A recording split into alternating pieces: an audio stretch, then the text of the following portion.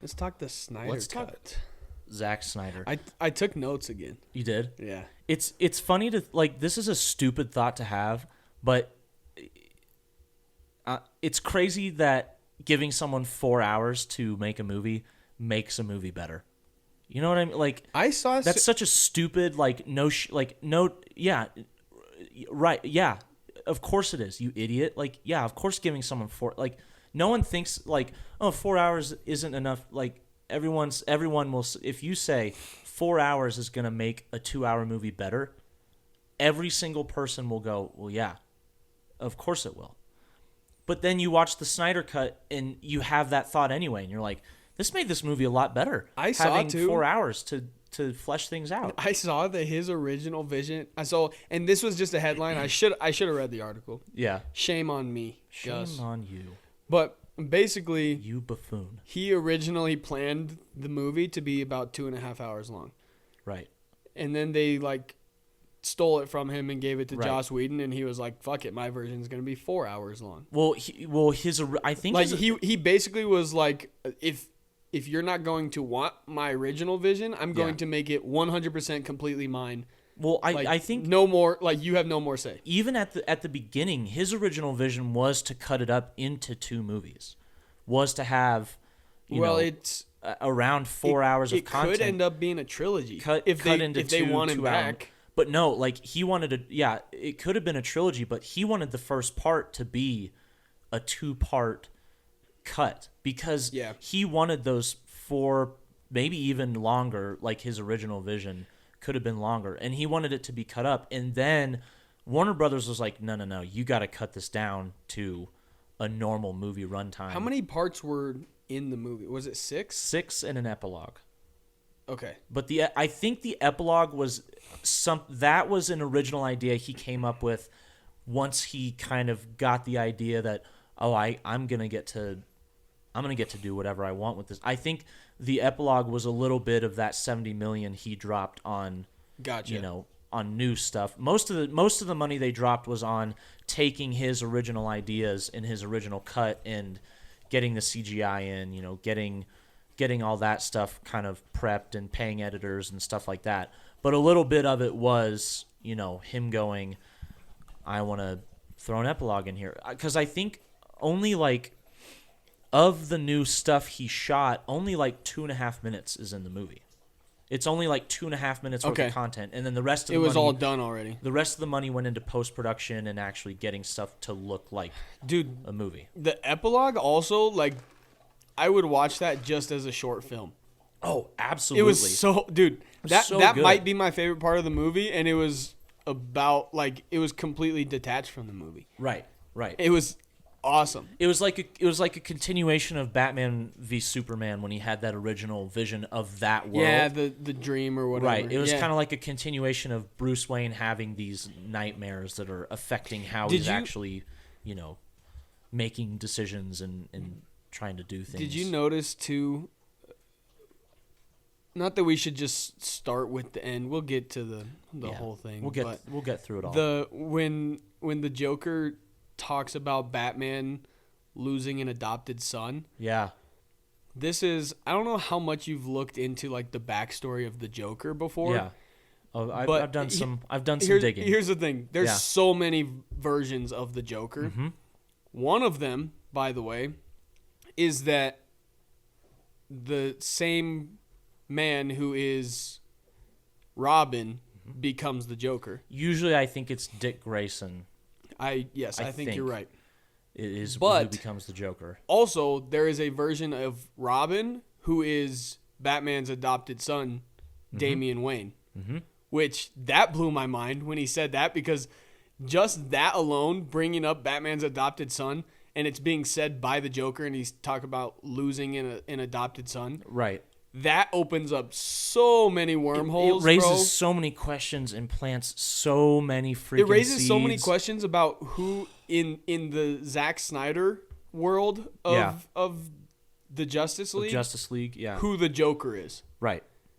Also, can I just say this Leto version of the Joker is actually quite compelling. And I watched it and went, man, if this was the Joker we saw in Suicide Squad, How like I think that is a game changing. I'm not very compelled by Jared Leto's acting. Right. I do not think him as the Joker, even this new darker version. Right. Don't think it's that great. Mm-hmm. I just don't think I like him as the Joker. As the Joker. But like this version that Zack Snyder just barely introduced us to. Right.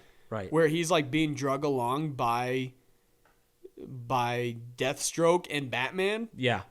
Yeah. And you're just like, what the fuck is going on? What the hell is happening? Like the script he got elevated his performance to the point where I was like, this would be some compelling shit to see unfold. It kind of makes me seeing Joker and Deathstroke together also kind of makes me wish Zack Snyder would do Suicide Squad, like a version of it. That would be cool, dude. I think because there are new executives at Warner, really one of the big reasons this happened is because the execs at Warner Brothers who were involved with the original cut of Justice League are no longer the execs at Warner Brothers, right? Sure. They have new execs, new people running the show. That's one of the reasons why the Snyder Cut was even made possible. I really think there's a good chance that his planned trilogy gets its moment in the spotlight. It might get theatrical releases. I think there's a very good chance it happens. And after seeing this Snyder Cut, I am here for it because we're 6 minutes into this, but I gotta say this movie is leaps and bounds, miles. It is so much better than the original cut we got. Yeah, it's incomparable, dude. How exactly much better it is.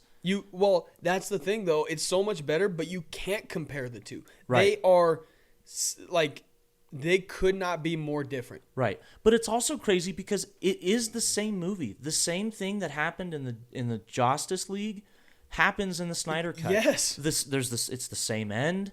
The same characters, the same kind of jump off everything point, in between is different. But it still feels like a wholly different storytelling experience. It is insane. It's like having that feeling. It's like I told you, like watching the Snyder Cut, going through it, seeing shots from the original. First of all, they don't seem out of place. Nope. Like because the way that he integrated the shots that he did use from the original release, was pretty flawless. Right. Because they were his shots. Right. But when you see a shot that was in the original movie, it's just kind of like familiar to you, but it doesn't stand out. It's the same way as when you watch a trailer and then you watch the movie and you're like, oh, I saw that part in the trailer. That's what it felt like. Like the first movie, I like watching it. I almost like couldn't remember what happened in the first movie, because I was watching this and I was like, oh yeah, that makes sense. Like it was so much more in depth, so much better put together, right? And like, dude, the exposition was better. Yep. The visual storytelling was better. Oh my gosh, like dude. It all came together in a way where I legitimately was having trouble like remembering how the first one went. Like where I saw this scene before, but like I don't remember how where it was or what it did or. Here's why: because some of those scenes, I swear to God, dude, some of those scenes that Snyder used in this movie that were in the previous movie are different cuts of the exact same scene with the exact same dialogue. Like when characters say something that they said in the first movie, it felt like Snyder used his take of that scene. Yeah. Right? Whereas Joss Whedon had them go back and retake it and told the actors, say it a little more this way. Right? Right. And I there were at least 3 or 4 moments in this movie where I was like, those are the exact same lines from the Whedon cut. But this is different. But they're saying it differently, and it feels different. And I don't know. And I went and rewatched some of it again, some of those moments again, and I was like, it has to be because Snyder took that scene and said, I'm going to use my cut, my take that I liked, and use that instead. Yeah. Same exact composition. It's just it was take 4 instead of take Joss Whedon, right? Which is. That was another added element that I think made the movie better because it made the movie flow better because the way those scenes were the cut of those scenes that they used felt more in line with kind of the tone of the movie that Zack Snyder was trying to set originally. And that was one of the biggest problems with the Joss Whedon cut, was it was like this horrible mixture of two different types of tones that two different types of creators were trying to set. Yeah. Right? And that was one of the best things about the Snyder cut. Well, I mean, that's what it was, though. Right, like, right. It didn't feel, it felt like that because it was that, right? Yes. And that was one of the things that I came out really appreciating about the Snyder cut was tonally it felt way, way, way more rock solid. Mm-hmm. It felt like a tonally sound movie, like a movie that understood what it wanted to do, what it wanted to be throughout 4 hours of runtime. That's an achievement in itself to be able to have 4 hours and then to take those 4 hours and create a story that feels the way it wants to or even should across that entire runtime. That's a huge feat. That is a hard thing to do, to have 4 hours of runtime and create a product that feels the same throughout the entirety of the runtime. And I don't want people to think that this movie is without flaws, because it's definitely not. And to be honest with you, a lot of the things that were shitty about the first one were shitty about this one too. Right. Like, it suffered from kind of some lengthy, unnecessary exposition. Like, I don't need to hear Wonder Woman explaining the lasso of truth. Right. Like, telling this bad guy that her lasso is making him want to tell the truth. Yeah.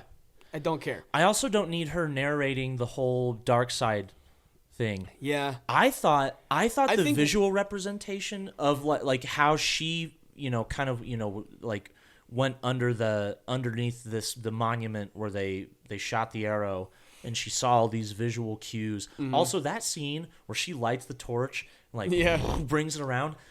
I watched that the first time. I was like, God, like that's a good shot, right? Yeah. That's a good little sequence of shots right there. That moment, though, that little moment was great. Here's what you can still show all the dark side stuff, like him coming to Earth, the battle between all those people, but you don't need Wonder Woman narrating that. Just have her say, "I figured out what happened," and Bruce Wayne's like, "Whoa, what's going on?" And then she's like, "Nothing great," and then you cut to that. You have that moment. You don't need her going, "They fought this and they did this," as that's happening. Like, you're explaining to me what I'm seeing. Yep. You could have her narrate the beginning, like it was a dark time in the world and people weren't together, but they knew they had to combine forces to blah blah blah, and then show it. Like, you don't need her constantly saying something the whole time. This whole little prologue is playing out in the middle of the movie. And I think it's kind of unfortunate, and I won't take full credit for this because I read it somewhere. Wish I remember where I read it from, but Wonder Woman benefited the least out of any of the characters. Yeah. From the Snyder cut. She remained relatively the same. She remained relatively the same, and she just was basically there for exposition. Right. And she was inserted into a lot of scenes, right, just so that she could talk. I think at the time this was like the movie as it was originally intended to be was just kind of supposed to be that kind of movie for Wonder Woman, though, because the first Wonder Woman movie was supposed to come out later that year. Mm-hmm. Right. This movie came out in April of 2017, and Wonder Woman came out in like November. So it had already been established that we're gonna kind of get a Wonder Woman movie very soon. So this is gonna be her like screen time, right, and then she'll get Zack Snyder's intention with Wonder Woman, I think, was show that she's a fucking badass, and that she that she's good at like piecing things together. Yeah, that was the whole intent, and that she understands history. She understands what's going on, kind of in front of our heroes, and that's what plays out in this movie. It is. Because Cyborg and the Flash and Superman and Batman and not Aquaman kind of suffers from this too. And freaking Alfred, dude. Alfred gets some fucking moments, bro. That shit was dope. It was so cool. Like the scene where he's with Diana, like she's like trying to make tea, and he's like, you might want to don't put the water in first. You don't want to scald the tea leaves. And then like he's also talking to her about like the armor he's building. Yeah. Like Alfred is actually being Alfred in this movie. He's not just saying like quippy little one-liners every once in a while and then like popping up when they're battling someone. He's actually like doing stuff. He's like putting shit together and like fixing things. And he has a great moment with Superman too. Like that was cool. That was amazing. Alfred was actually a character. Even what was his name? Silas? Is that Cyborg's dad? Dude, he got his time too. He got a whole entirely new... Cyborg really benefited from this movie. Oh yeah. Holy shit. It turned him from just kind of like in the original cut, it was Batman and Superman, and then there were a bunch of side characters. Mm-hmm. In this movie, it's Cyborg basically gets his own movie. As does the Cyborg Flash. Cyborg is one of the best characters in the Justice League. He is now. He's fascinating. Oh yeah.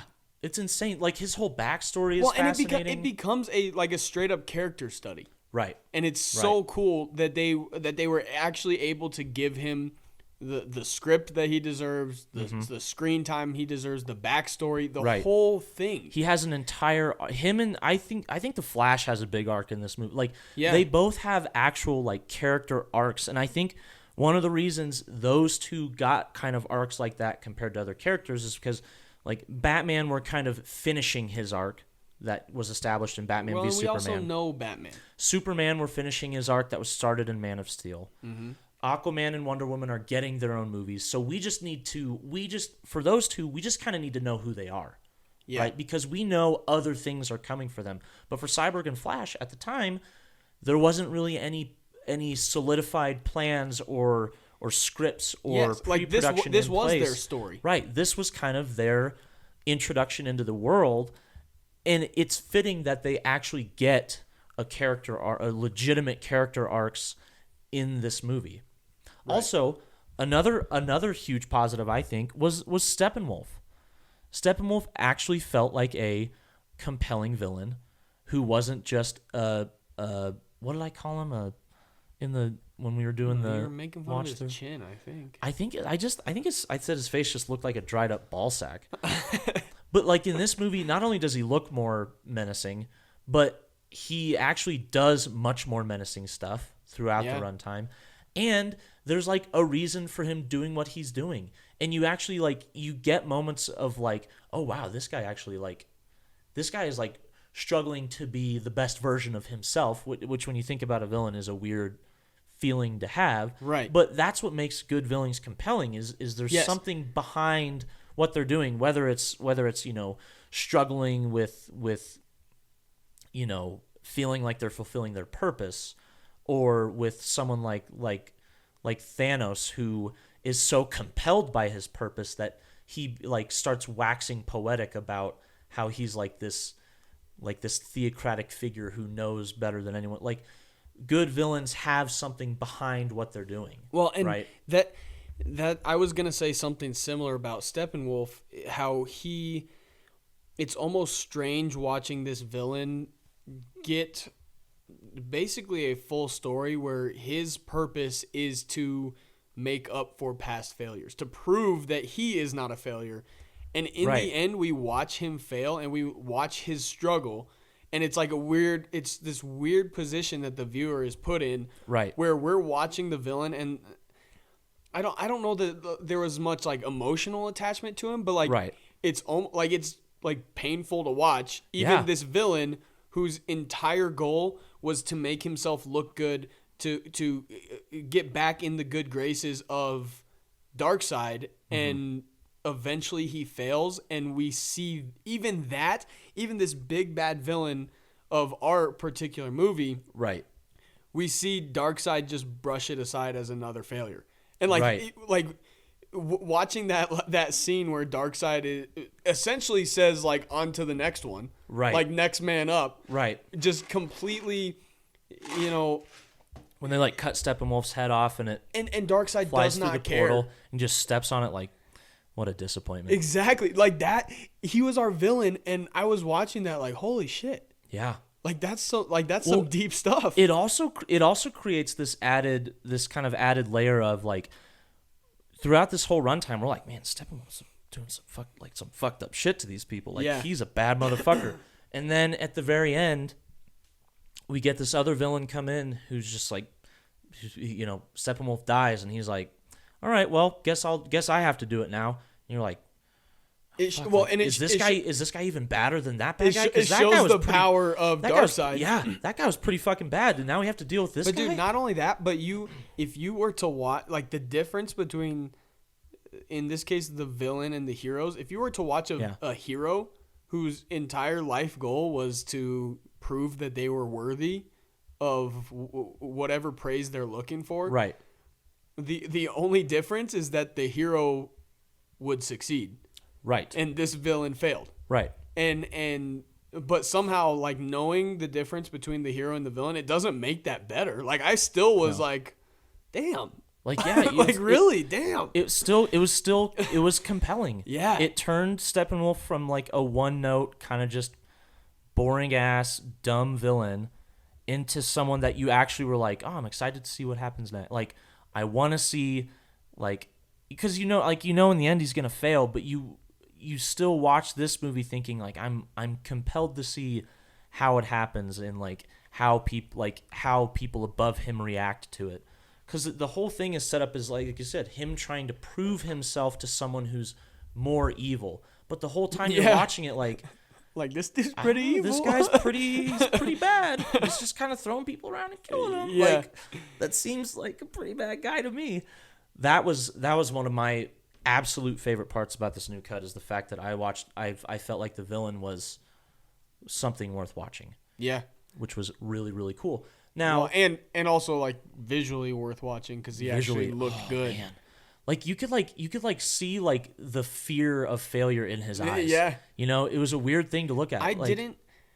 There was still some like pretty bad CGI in this movie. Right. Well, and some of that was the fact that they were given $70 million to put it together, and some scenes just didn't get as much like rendering like time, basically, like touch up. Yeah. So you're still kind of actually watching a rough cut of the movie. I don't. And at first, I didn't really like the visuals, and generally speaking, I don't really like the visuals of most of today's DC movies. Like, it just doesn't. Yeah. It doesn't do it for me. But like this one, the longer it went on, I was like, this film is actually very cinematic, and that word is thrown around so loosely when it comes to movies. Right. I mean, it is cinema after all, but like this, in the truest sense of the word, like this was art. Like this was this was Zack Snyder's version of art. Mm-hmm. And we saw these like huge sprawling landscapes every once in a while. Right. We also saw like these claustrophobic close-ups and the use of color and the use of light is, if you have to adjust your own like mindset to really appreciate what he was doing with that. Yeah. And it's not so much different than the original, but he expanded upon it. Right. To a degree that I don't think anybody was really expecting. Mm-hmm. And then adding in his own aspect ratio to it. Yep. Like, I'm sitting here watching on this TV and it's taking up like half the screen. Right. And to me, I was like, that's fucking dope. It was cool. It's so cool. I rewatched it when I got home on an actual, like, I watched it on, I flew out to Phoenix last week. So I watched it on the flight to Phoenix.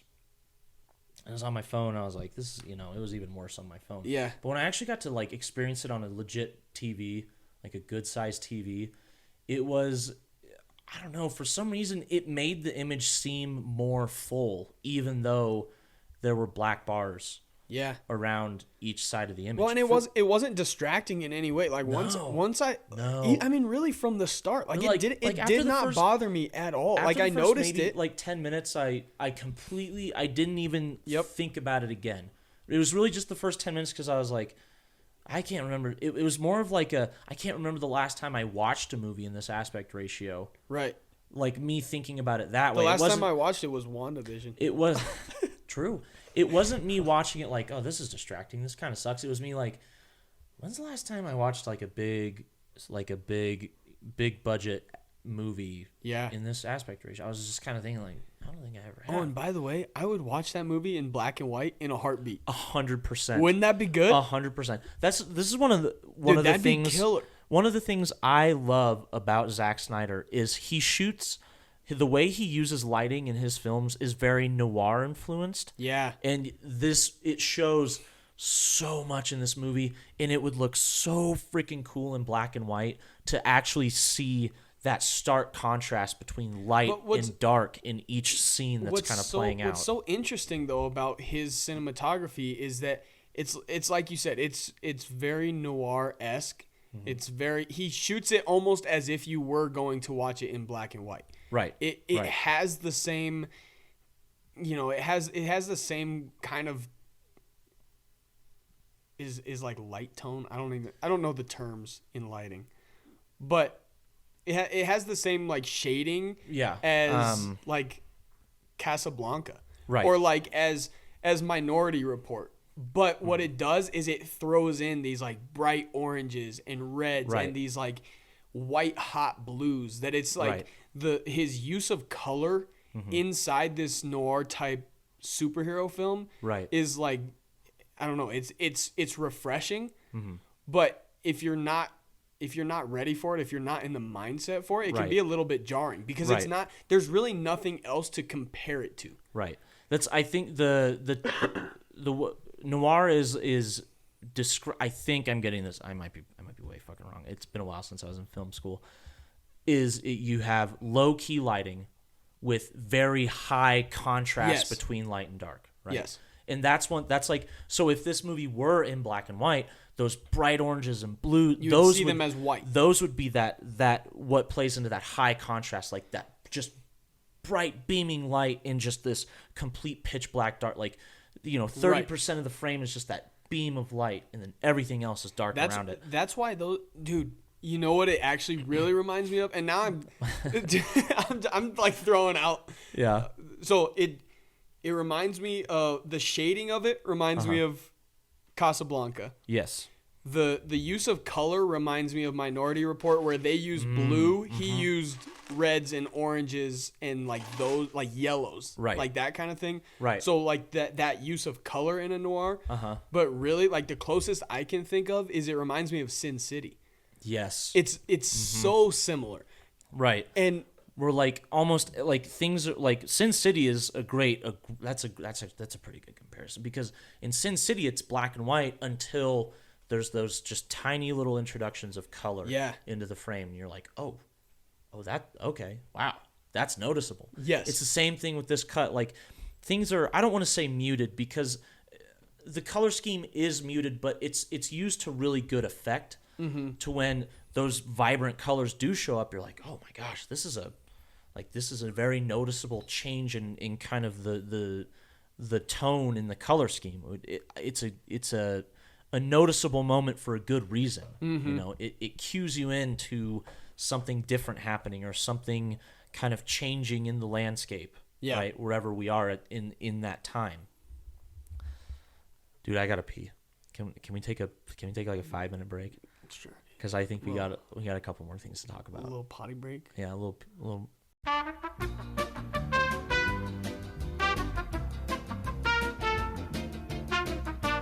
So you're plugged in. Yeah, we were talking about the color. Yes. How he uses very vibrant colors mixed with. We ended on Sin City. Yeah, the comparison to Sin City. I think that's totally accurate. And I think that's one of the reasons why this movie would look really good in black and white, because there wouldn't, obviously, if it were in full black and white, there wouldn't be any of that color, but that contrast, that super stark contrast would be there. Kind of like what you see in Sin City with how they use black and white. I think that and you can almost, in a sense, you can almost still establish color by like context clues. I don't know if that makes sense, but you know how Mad Max did their like chrome version? Yeah, I actually have that. You could still like sort of get an idea of like what the colors should be, like what the lighting like how should vibrant be. the colors like are. it's a strange thing to say, but like I feel like you could get that same effect watching this in black and white. And the reason I'm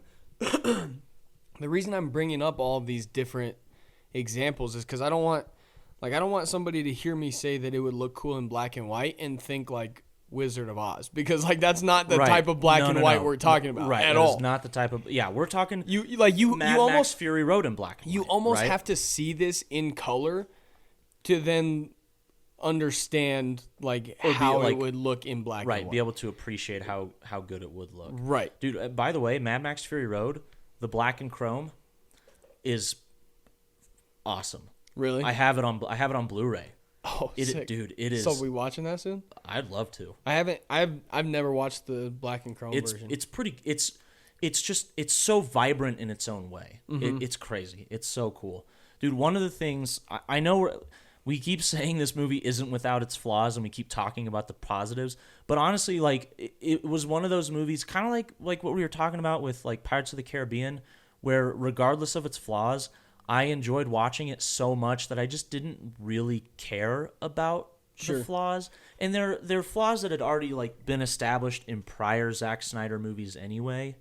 I think the reason why I maybe was able to look past the flaws is, well, first of all, because we watched Justice League a week ago. We watched Josstice League? The Josstice League. I'm just going to call the original cut Josstice League because we watched Josstice League a week ago.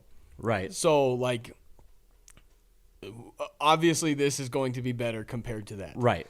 But also,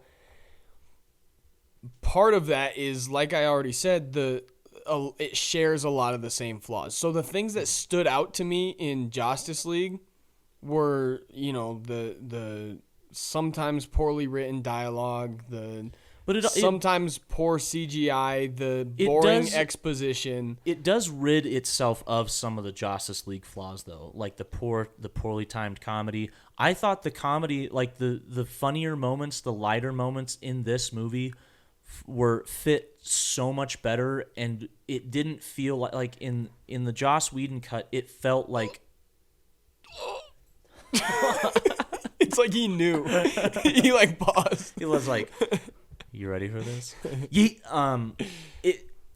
Leo, no. A lot of Joss Whedon's comedy in that cut felt super tacked on and forced.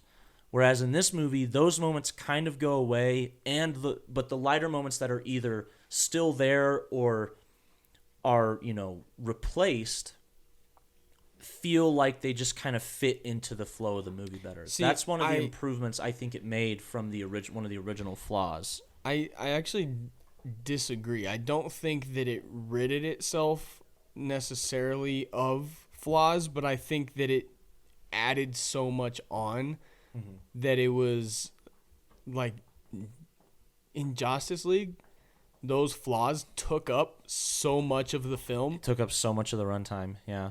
Whereas in this one, in the Snyder cut, those flaws are still there, but they are a fraction of what they were. Right. And so I still notice them, but it's so much easier to instead focus on the good. Like, was I annoyed every single time the Wonder Woman theme song played, every single time she stepped on the screen? Yup. That drove me... Dude, I kind of dug that. That drove me batshit crazy. I kind of dug that music. I cannot stand... I dig it. Like it. I dig it the first time. Like, maybe when you introduce her. I don't need it every single time she's on the fucking screen. She's on frame. I don't need it. Yeah. It drives me crazy. Okay? So, did I still hate that? Yup. But were the scenes where she was on the screen way cooler? Yup. So, did I ignore it? Mm-hmm. Like, that's how I feel about all those flaws, is that it... Like, Snyder had so much to add to this film. Yeah. He had so much to contribute to the story Right. and to the visual story that those small flaws that in other movies can take up so much of our experience. Right. They were pretty easy to fade out. Right. Dude, I still think one of the flaws he improved upon was the humor. Yeah. I think that was the one flaw you could point out that was no longer a flaw in the Snyder cut. Like all the moments were like that scene where like Superman's like, I take it back, I want to die, and Cyborg's like, my toes hurt. Is that weird? Like that moment, you're like, why are they saying that? Like, who is saying this? Who wrote that? Who was like equally as funny in both though? Was Barry Allen. Oh, absolutely. He was one of the few bright spots in the first one, but Right. Zack Snyder took his character and expanded him out so Right. far. We got so much more of that humor that we Right. loved about him the first time around. That's one of those things where he took the flaw, which was this tacky, out of place humor, and he put it into the character that it was originally supposed to kind of be with, which is Barry Allen. Yeah. And he expanded on that with a better arc, with more better, more character moments, better use of screen time, to where all of those comedic moments actually kind of felt like they landed better. Right. Because you kind of felt like you knew Barry Allen a little bit more.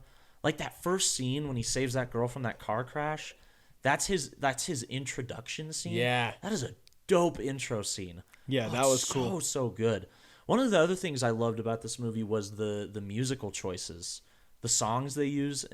Like they were very non-recognizable songs, but for whatever, they just kind of fit into the vibe of this movie. I'm kind of sad we didn't get Hallelujah. I'm a little bit sad. Yeah, I mean, you got it in the credits. Yeah. But like, I think Zack Snyder is one of those guys who probably was like, I used it in such an iconic scene in Watchmen that I could never use it. I could never do it again. Oh god, dude! What I thought was so cool about the Flash in this movie is that it also expanded upon like sort of his capabilities. Right. And because he was so limited in the Whedon cut. Yeah, and he was essential to their plan in this one. Like this, right, yeah. Their plan, the Justice League does not succeed without him in this movie. Right. And what's also so cool is like Zack Snyder made Barry Allen so much more than just like a guy who runs fast. Yeah, and that's all he was in the first movie, was the guy who had the one-liners and who ran really fast and like got people out of the way. Well, and that opening scene also establishes him as not only a guy that can move quickly, but how quickly he can think, like the way that his mind works, which is really cool. Right. The shot that also does that in the first one that turned out to be a Zack Snyder shot by no surprise is when he notices Superman look at him as he's running by. That one was in the first what were you calling the Josstice League? Yeah. That one was in the Josstice League. Yeah. And dude, that was my favorite shot from the first. From the original. Oh, absolutely. Where he's running by Superman, and he is obviously the fastest person, if you want to call him that, in the world.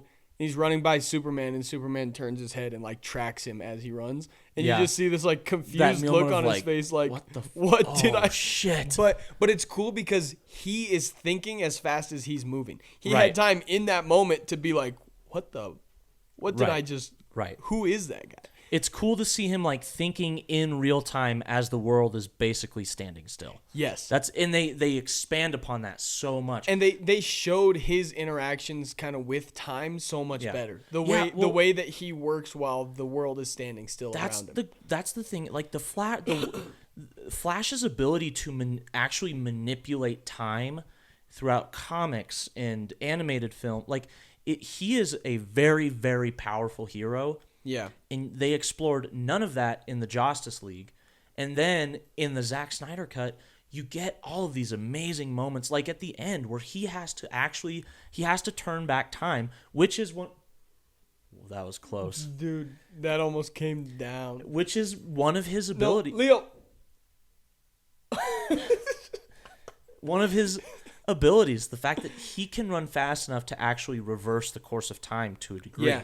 That's how like that's like that plays into like Reverse Flash and all the like one of the main villains in his chronology of stories is Reverse Flash, who actually like uses reverse time to manipulate things. Like, so to actually get those moments where you actually feel like he has an impact because of how, but you also get in those moments you feel kind of the uncertainty he has, or the trepidation or fear he has to actually tap into that potential. Like in the end, he's like, all right, man, you got to do it. You got to break your one rule. You know you don't want to do it, but you got to do it. Like, and he's not allowed to break the speed of light. That's his rule. Right. His rule is you can't break the speed of light, because that is what ends up turning back time, or I don't know the whole physics. I haven't like, it's because it's not real, guys. I haven't read or watched The Flash in such a long time, but it was so cool to see him have an actual impact. I think what's so, and this might be kind of nearing the end of my thoughts. I think what's so cool about what Snyder did with his version of the Justice League is the first movie struggled so much with kind of an incoherent story. Everything was kind of just pieced together.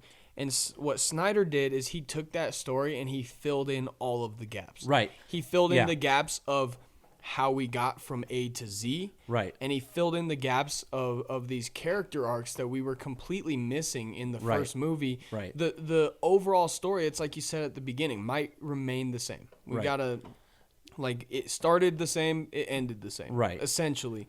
Right. But what we got was so much more depth from characters like Cyborg and Barry Allen, and really all of those kind of side characters. Right. We got so much more depth out of them. We got a different form of storytelling. Right. Were there still some gaps in the story? Yes. Like you're telling such a big story that spans across thousands of years, and so many characters, and so many locations, and there's a lot to keep track of. So there are still gaps. Right. But Snyder decided that he was going to give the attention where it was deserved. Right. And it made it so much more fun to watch, even when we got to parts of the story where I was like, I didn't catch that last part. I don't really know what's going on. Right. I was still just enjoying these characters. Right. Continue to develop, and he put basically 5 different storylines all together, all into one, and he did it masterfully, where you could enjoy each one individually. He made this story. He made me want to watch the movie again. Like when I watched the Josstice League, the only reason we did the watch through was because we wanted to have a commentary track, because that's something we're trying out. When we got to the end of Josstice League, we were like, that's enough. I'm pretty sure we cleaned up and you left in silence. We picked up. There was nothing else to say about that movie. I never realized how much I really did not want to watch that movie again until we did that. But this movie is so, the fact that I watched this movie and went, man, I want to see that again. I want to be able to break this down again. Really dive into it, because I feel like there's so much I missed. That I feel like that's such a huge compliment that you don't think about a lot. Oh, did he get some TP? Yeah. I saw a little white strip in his mouth. Oh shit! But he was trying to pull it off the roll. You're right though, dude. Oh, what the? Did he just get more? Leo. Oh, he knows. Oh, he pulled it from under the door. Oh, Leo, you're gonna. Oh, good boy. Good job. You did not get to eat toilet paper. Oh, well, maybe you do. He pulled it out from under the door, bro.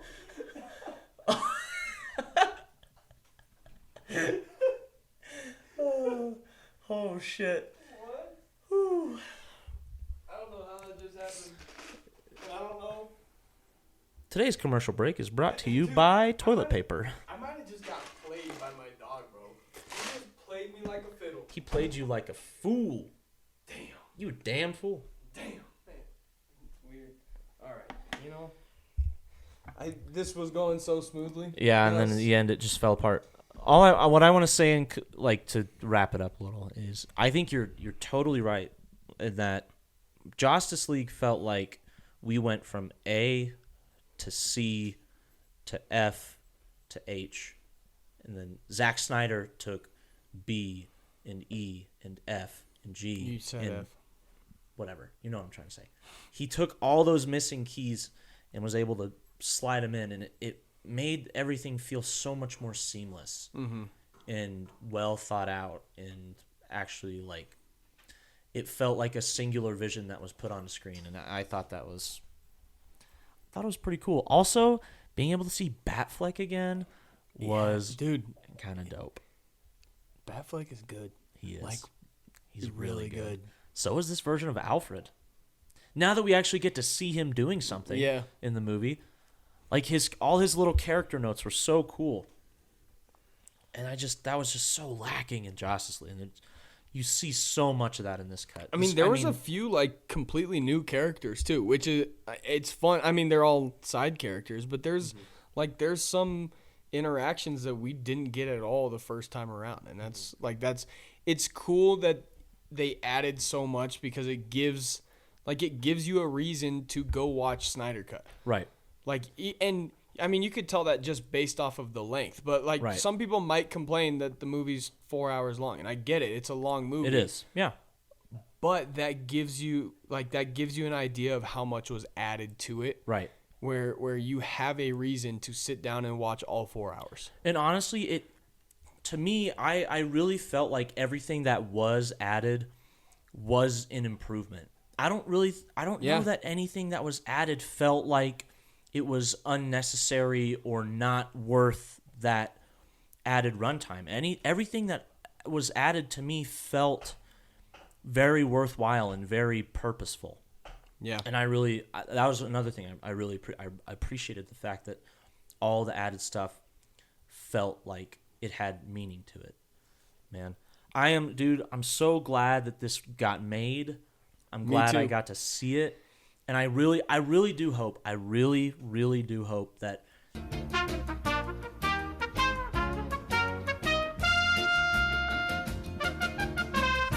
take it raw and put it in with the video. Is it? And okay, well, I fucked up. That was my fault. Okay. Oh, okay, listen. Whoopsies. Listen here, folks. Listen up. Listen here. You just listened to half of our Justice League, our Zack Snyder's Justice League. Our Snydercut. Our Snydercut not any review. Josstice League. No. No. No. Nah. No. Snydercut. Yeah. If you liked that first half, we're going to put the full version up on all of our audio platforms. So Spotify, Apple Podcasts, Stitcher, SoundCloud, and wherever SoundCloud decides to distribute our podcast. Yep. I really don't know where it goes. No idea. It might be broadcasting in space. We had to give our RSS feed to Spotify and Apple, and then it just kind of pops up in other places. Somehow it's just everywhere. Yeah, it's weird. It's kind of cool though. Kind of creepy though. Yeah, oh yeah. Oh, big time. I see that when people tell me, "Hey, I listened to your podcast," and I was like, "Oh, cool. Where'd you listen?" And they were like, and it's some obscure website. Then they say an app name I've never heard of, and I was like, one, you're weird as shit listening to something on not Stitcher or download Spotify. Yeah, like be a normal guy. Be a normal guy. Like, yeah. So our audio is in a lot of different places. So the full review will be there. It'll be about another 30 minutes because we have a lot to break down. But in these first 35 minutes, we broke down a decent amount too. So if you like what you see here, be sure to check the rest of the review out. We give our grades there. We dive in a little more into Zack Snyder's vision, a couple more flaws, just kind of general wrap up of our final thoughts. So be sure to check it out there. Didn't mention this on the other one. Check out our social media. Oh yeah, we are front_row media on Instagram. And we are Front Row Seats on Facebook. Yep. don't have a Twitter because who does? Because Twitter sucks. We should probably get a Twitter. Well, we might need a Twitter. As much as I just hate the idea of having to get a Twitter account for this, we probably should. We also have a Gmail, so Twitter. Send us emails if you want to. I don't know. You don't know the Gmail? Damn. No. All right. Well, we'll get on that sometime. We'll figure it out. Anyway, if you're watching on YouTube, which if you're listening to this, you are, be sure to subscribe, leave a review. Hit that like. Send us some comments. Comment. Tell your friends. Notification bell. If you're listening on audio, which you're not because this is the outro for the YouTube show. Yeah, and we should be looking at the camera. We're not. But be sure to give us that 5-star review there, too. Damn it, well, I just did. Well, I did at the beginning, okay, and then you weren't. You know what? Okay, that's good. And then I wasn't. All right. We're getting. Good night, guys. Good night. Have a great time. Be good people. Please. Brush your teeth. You have to say please. Otherwise please. You're not a good person. Please brush your teeth. Please brush your teeth. That was a good one. That's funny as shit, Gus. That's funny shit. That's funny. What? What up, dude?